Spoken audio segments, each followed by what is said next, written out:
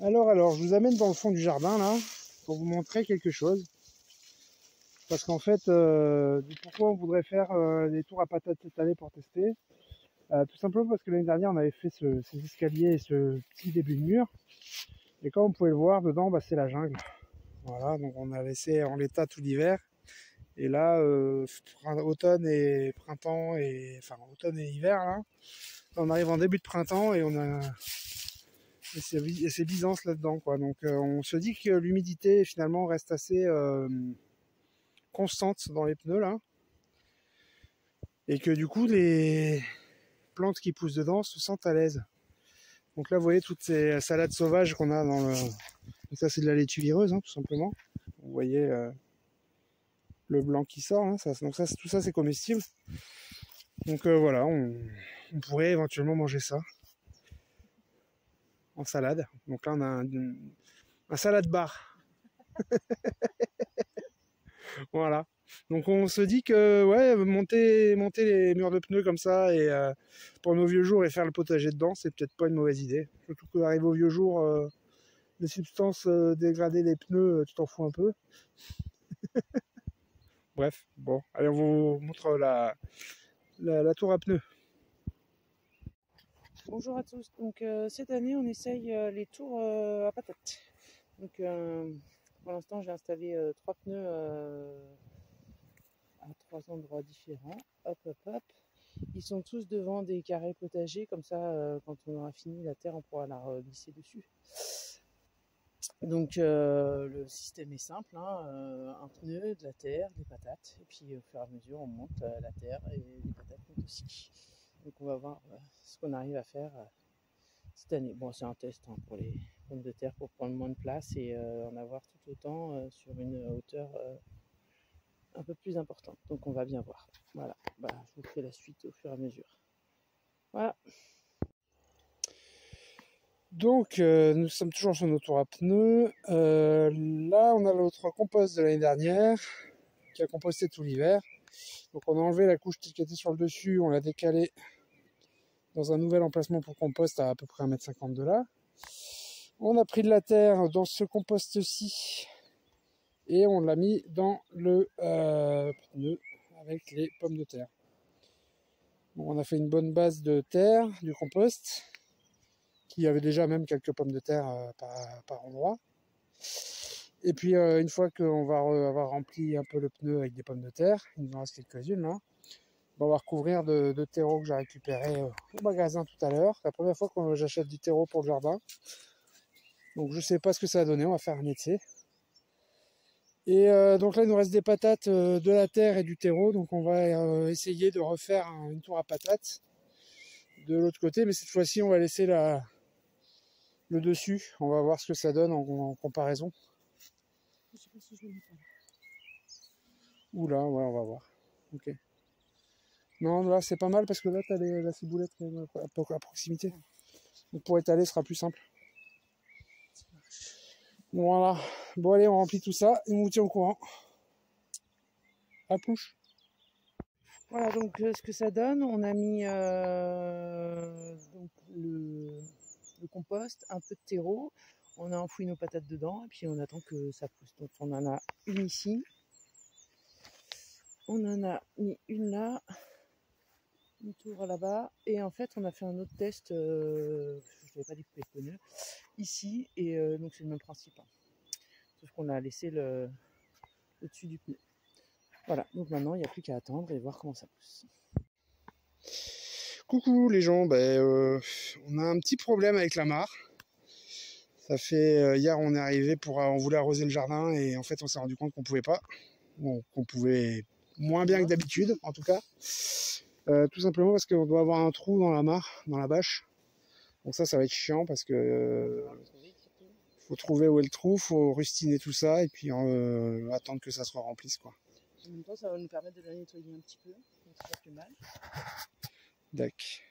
Mais voilà, trouver un trou là-dedans, ça va pas être ce qui est plus facile.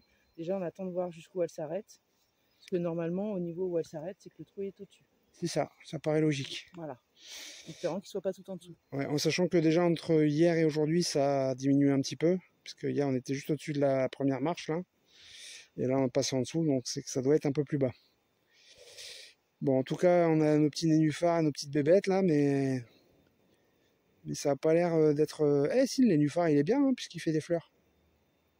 Oui, Bon, mais je on l'ai va remis voir. dans l'eau surtout, Ouais, parce ouais, qu'il ouais. était au-dessus. Oui, je l'avais mis. On l'avait calé au-dessus pour qu'il ne descende pas au fond tout de suite et qu'il se noie. Même si Ouais. ça se noie pas, mais voilà, là on a remis un peu les racines dans l'eau, on va voir ce que ça donne. Bon, bah, on vous tiendra au courant de la suite de ça, mais c'est pénible. En attendant, il va falloir qu'on arrose avec les autres cuves qu'on a. Et à l'arrosoir surtout. Oui. Et ça, c'est pas drôle. Et ni pour le dos de binous, ni pour les gens qui portent. Bon, allez, à plus, chouchou. On vous tient au courant. Donc, suite des tours à patates. Donc là, on a mis le deuxième pneu qu'on va remplir de terre. Donc, on a fait celui-là. Donc là, il n'est pas encore rempli, celui-là, de terre. Celui-là non plus, on a juste mis le pneu. Il n'y a que celui-là où on a rempli de terre. Voilà, donc ça va reprendre son cours, hein, ça va remonter. Il y en a une qui s'échappe encore, mais bon, ça va. Et on a encore celle-là. Ok. Donc là, le but, c'est, voilà, monsieur à l'appel. On a le compost à côté et on va rajouter de la terre juste dessus. Bonsoir à toutes. Donc, la suite des tours à patates. Donc, on va pas pouvoir ramasser les patates tout de suite. Parce que dans nos tours à patates, il y a plein de surprises. Donc, quelque part au milieu, donc on a les patates. Hein, jusque-là, tout va bien. On a un pied de tomate qui s'est fait des tours à patates. Donc avec les patates, normalement ils s'aiment pas ensemble. Et ben pourtant nous on a un pied qui a poussé dedans. Et on a des jolies courges qui ont poussé dans celui-là. Donc là, me semble-t-il que nous n'avons que des patates, mais qui se portent bien. Celui-là, on a une petite courge qui pousse aussi, ici. Et à première vue, oui, il y en a une petite qui arrive là. Donc on va pas ramasser nos patates tout de suite. Ici, qu'est-ce que ça donne? Ici, à première vue, on a que des patates aussi. Ouais. Donc voilà. Donc nous, on va peut-être sortir quelques-unes. Hop, ça c'est pas de la patate. Et ça, j'aime pas ça. Hop. J'en profite, hein. Voilà. Donc on aura peut-être 2 tours à enlever. Celle-là et celle-là. Mais par contre, les autres, on va les laisser pour que les courges elles puissent finir de pousser. Voilà, on vous dira la suite plus tard. Suite de la mare, donc elle a bien repris du poil de la bête, nos nénuphars aussi. On a des lentilles d'eau à foison. Donc pour qu'elles reprennent, en fait, on n'a pas de trou dans la mare, ce qui est une bonne chose. On a juste un problème avec le tuyau d'arrosage. On a une pompe qui est un peu plus basse que la mare et à première vue, elle s'est un peu dégondée avec la pousse des plantes dans le... Je vais vous montrer ça. Dans la mini-serre, voilà. Voilà, vous avez vu la jungle de la mini-serre. Non, est-ce que tu peux me l'ouvrir s'il te plaît? Je sais pas, le verre est découvert. Voilà, tout de suite. Tape pas plus. Voilà, donc dedans, vous voyez, c'est la foire d'empoigne. Donc au milieu, j'ai la pompe. Et à première vue, la pousse des fleurs a fait désolidariser le tuyau. On n'a peut-être pas le fixé de la pompe. Du coup, elle s'est vidée tranquillement. Donc là, ce qu'on fait, c'est que le tuyau qui est sur le bord là, là, hop, on a le tuyau. Il est plus dans la mare, il est juste à côté et on le met que quand on a besoin. Comme ça, on n'a pas de problème. Voilà, il est en instance d'être dans la mare. Et quand on a besoin, on le met dedans. Et puis quand on n'a pas besoin, on le sort. Comme ça, on n'a pas de soucis. Ça coule plus, on n'a pas de problème. Et c'est bien mieux comme ça. Voilà. Et pour l'instant, on ne se sert pas de la mare, on arrose plutôt avec l'eau de pluie, avec les bacs de récup. Parce que la mare, en fait, avec les lentilles d'eau, elle est protégée au niveau évaporation et UV par justement les lentilles d'eau qui absorbent tout ça et qui empêchent l'évaporation. Plus l'ombre des arbres juste au-dessus, donc on consomme d'abord ce qui s'évapore et on garde ça en secours pour arroser si jamais les canicules qui s'annoncent s'avèrent aussi compliquées que prévu. Voilà, vous savez tout. Allez, à plus tard à la gare.